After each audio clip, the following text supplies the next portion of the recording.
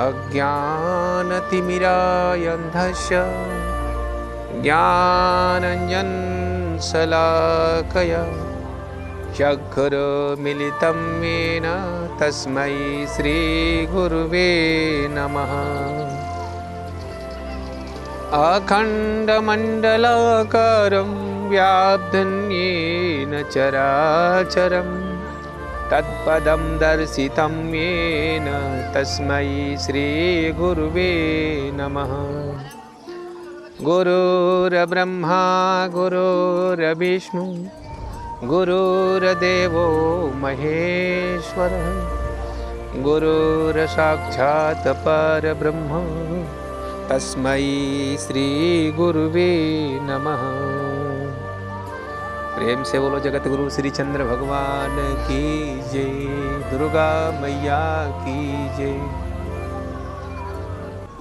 आज मैं एक अति सुंदर पावन संतों के लिए, भक्तों के लिए बड़ा ही सुंदर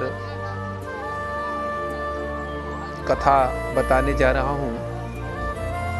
संसार में इस भारत की भूमि पर देवी देवताओं का आगमन होता रहा है।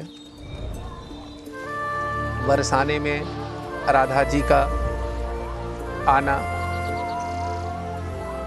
विंध्याचल पर्वत पर विंध्यवासिनी का आना, माता वैष्णवी का आना, नव दुर्गा का आना, उसी तरह से सभी देवियों का आना तो भारत में था। पर जब एक समय में पूरी बिहार राज्य में महाअकाल पड़ा था,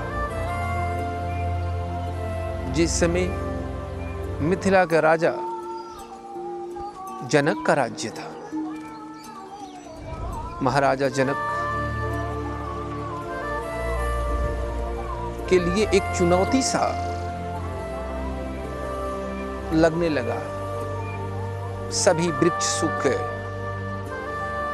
सारी हरियालियां मिट गई, सभी जीव जंतु तड़प तड़प के मरने लगे, सभी के सभी प्राणहीन हो गए, सभी के सभी दुखी हो गए। इस दुख और व्यथा की घड़ी में महाराज जनक सभी विद्वानों की एक सभा बुलाई। बड़े बड़े ऋषि महर्षि, योग वेद वेदांत के जानकार,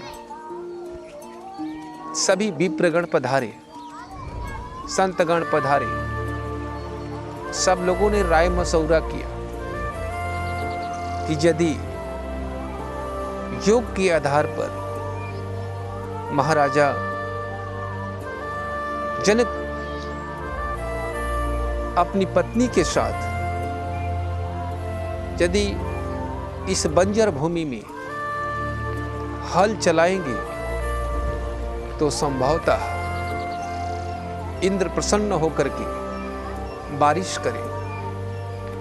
पूर्ण उम्मीद के साथ सभी लोगों ने राजा से आग्रह किया। सभी विप्रजनों का आग्रह सुनकर के महाराज दशरथ, महाराज जनक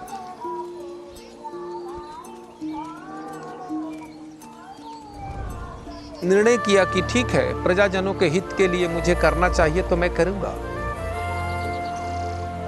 और वो एक दिन अपनी बंजर भूमि में हल चलाने के लिए प्रस्तुत हुए और वो आगे आगे हल चलाने लगे। पीछे पीछे माता सुनैना भी थी। यह देख समस्त प्रजाजन कौतूहल बस चारों तरफ से खड़े होकर के जय जयकार करने लगे, भगवान की प्रार्थना करने लगे। सभी विप्रगण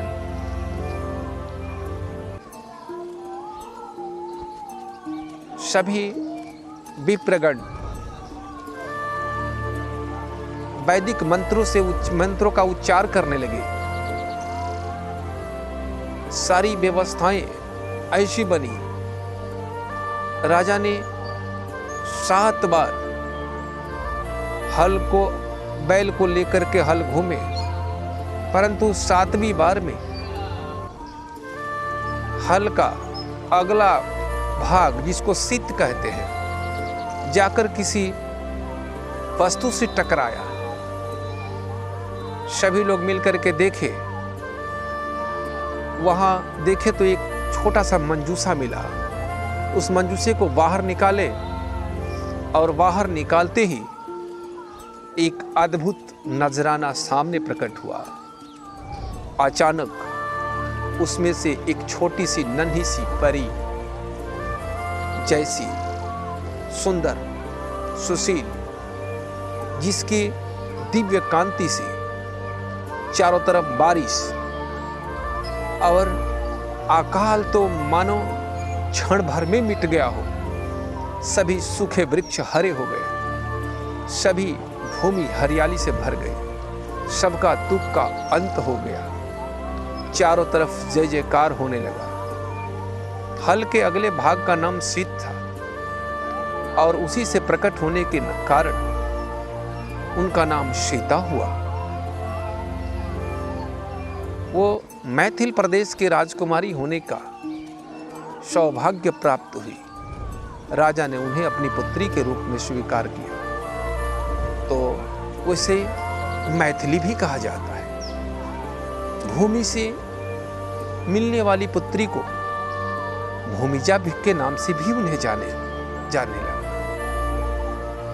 महाराज जनक निष्प्राण होने के बाद भी राजा बने रहे।